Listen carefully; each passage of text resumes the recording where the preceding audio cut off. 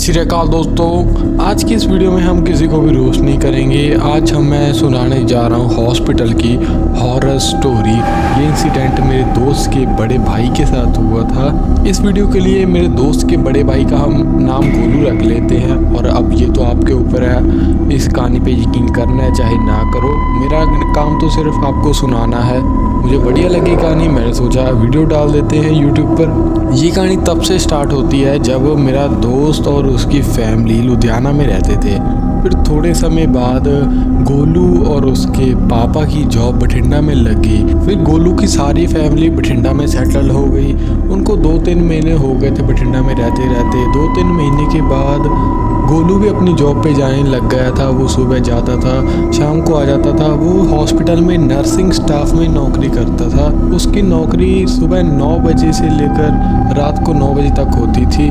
उसके साथ एक और लड़का भी था जिसकी रात को ड्यूटी होती थी हॉस्पिटल में। गोलू की दिन में होती थी और उसकी रात में होती थी। वो एक दूसरे को पहले से ही जानते थे, इसलिए वो जिगरी यार बने हुए थे। कभी कभी गोलू रात को ड्यूटी कर लेता था और उसका दोस्त दिन में ड्यूटी कर लेता था। ऐसे ही 15 दिनों के बाद जब हॉस्पिटल में गोलू जा रहा था, उसके दोस्त की तबीयत बहुत ही ज़्यादा खराब हो गई थी। तो उसने गोलू को बोला कि तू रात को भी ड्यूटी कर लेना और दिन को भी ड्यूटी कर लेना। तो गोलू ने बोला चलो कोई नहीं, मैं रात को भी ड्यूटी कर लूँगा और दिन को भी कर लूँगा। गोलू ना दोपहर को अपने घर पे खाना खाने जाता होता था, क्योंकि उसका घर हॉस्पिटल से बहुत ही ज़्यादा नज़दीक था, इसलिए वो खाना खाने चला जाता था रोज़ दोपहर को। उस दिन भी वो 1:30-2 बजे घर पे गया होगा खाना खाने के लिए। 3-4 बजे वो वापस हॉस्पिटल में आ गया था। उसने पेशेंट्स को इंजेक्शन लगाए, उनकी खून वाली बोतल चढ़ाई। बस ये करते करते उसको 4-5 बज गए। फिर उसने बस 1.5-2 घंटा फ़ोन चलाया होगा, क्योंकि उसके पास कोई काम नहीं था। फिर वो कुछ समय के लिए सिक्योरिटी गार्ड के पास चला गया। उसके बाद वो जब आया तो उसने देखा कि पेशेंट्स की ड्रिप है वो ख़त्म होने वाली है। तो गोलू ने सोचा कि मैं पेशेंट्स की मेडिसिन ले आता हूँ। जब तक मैं मेडिसिन लेके आऊँगा इनकी ड्रिप्स भी ख़त्म हो जाएंगी, मैं इनको जल्दी जल्दी चेंज कर दूँगा।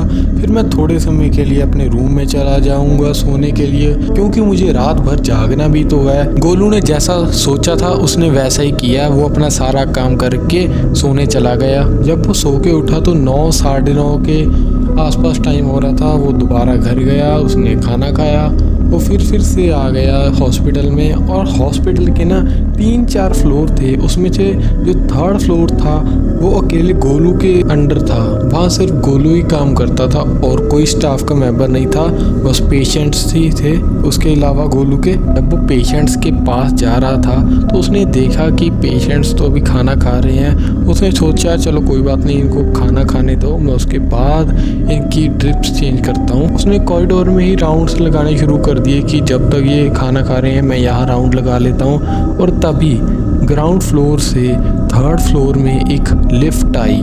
जब वो लिफ्ट आई तो गोलू के सामने वो लिफ्ट खुली और उस लिफ्ट के अंदर कोई भी नहीं था। उस लिफ्ट की लाइट्स फ्लिकर कर रही थी बार बार और तभी एकदम से लाइट चली गई। इसके बाद गोलू को समझ नहीं आ रहा था कि मैं क्या करूं और वो जल्दी सीढ़ियों की तरफ भागा। उसके बाद जो हुआ मुझे भी मुश्किल से ही यकीन हुआ है और गोलू की रूह कांप गई वो देखकर। तो उसने देखा कि एक व्हील चेयर एकदम से सीढ़ियों से नीचे गिर गई।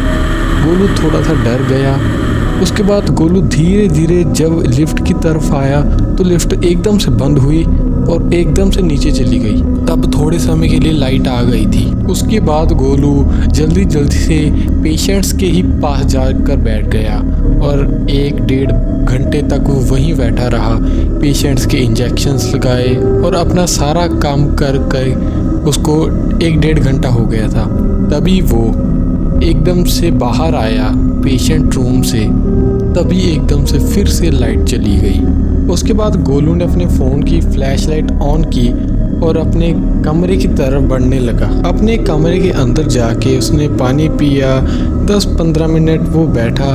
तभी एकदम से किसी ने उसका डोर नॉक किया। 3-4 बार नॉक किया और गोलू बाहर गया तो कोई नहीं था। और गोलू अंदर आया, बैठा, फ़ोन चलाने लगा। 10-15 मिनट बाद फिर से किसी ने नॉक किया उसका डोर और वो बाहर गया तो कोई नहीं था। उसके बाद गोलू को बहुत ज़्यादा गुस्सा आने लग गया था, क्योंकि वो थका भी हुआ था कि कौन उसका डोर बार बार नॉक कर रहा है। तो उसको लगा कि सिक्योरिटी गार्ड होगा, और वो जल्दी से उसने गेट खोला और ग्राउंड फ्लोर पर चला गया और सिक्योरिटी गार्ड के पास गया और उसे सारी बात बताई। सिक्योरिटी गार्ड ने बोला, भाई मुझे तो 1 घंटा हो गया है, मैं यहीं बैठा हूँ, आपको कोई गलतफहमी हुई होगी। गोलू को लगा कि उसका कोई वहम होगा, और उसके बाद वो सीधा 3rd फ्लोर पे चला गया।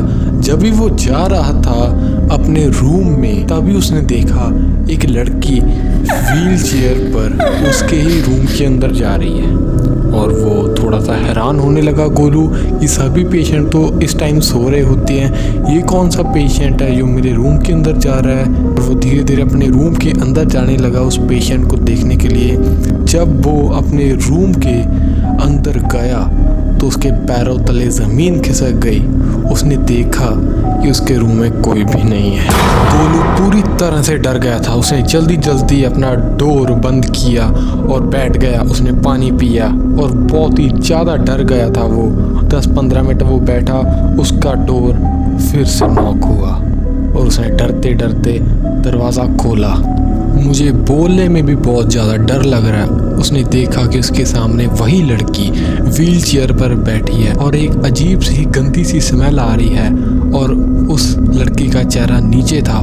जब उस लड़की ने अपना चेहरा ऊपर किया तो गोलू ने जो देखा, उस लड़की का आधा फेस आग से जला हुआ था और बहुत ही ज़्यादा गंदी बदबू आ रही थी। गोलू ने उस टाइम कुछ नहीं किया, सीधा ग्राउंड फ्लोर पर जाके सिक्योरिटी गार्ड के पास चला गया और उसने सारी रात सिक्योरिटी गार्ड के रूम में ही बिताई। सिक्योरिटी गार्ड ने पूछा भी कि गोलू क्या हुआ, लेकिन गोलू ने उसको कुछ नहीं बताया।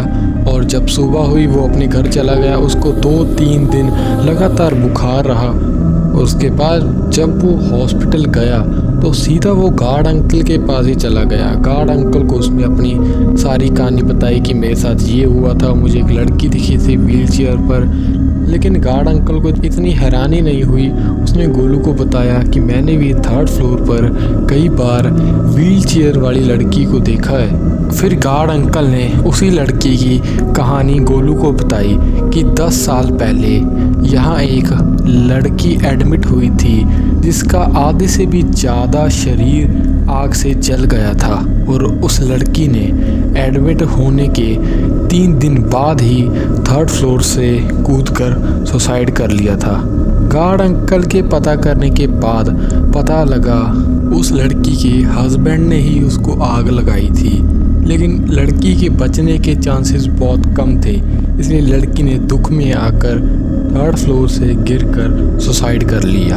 ये बात सुन के गोलू ने कभी भी रात को ड्यूटी नहीं की। कई बार ज़िंदगी में हमारे साथ ऐसी घटनाएं हो जाती हैं जिसके ऊपर लोगों का तो बहुत दूर की बात है, हमें खुद ही नहीं यकीन होता। बस मैं तो इतना ही कहना चाहूँगा, जिस व्यक्ति की मौत अननेचुरली होती है उसकी आत्मा भटकती ही रहती है।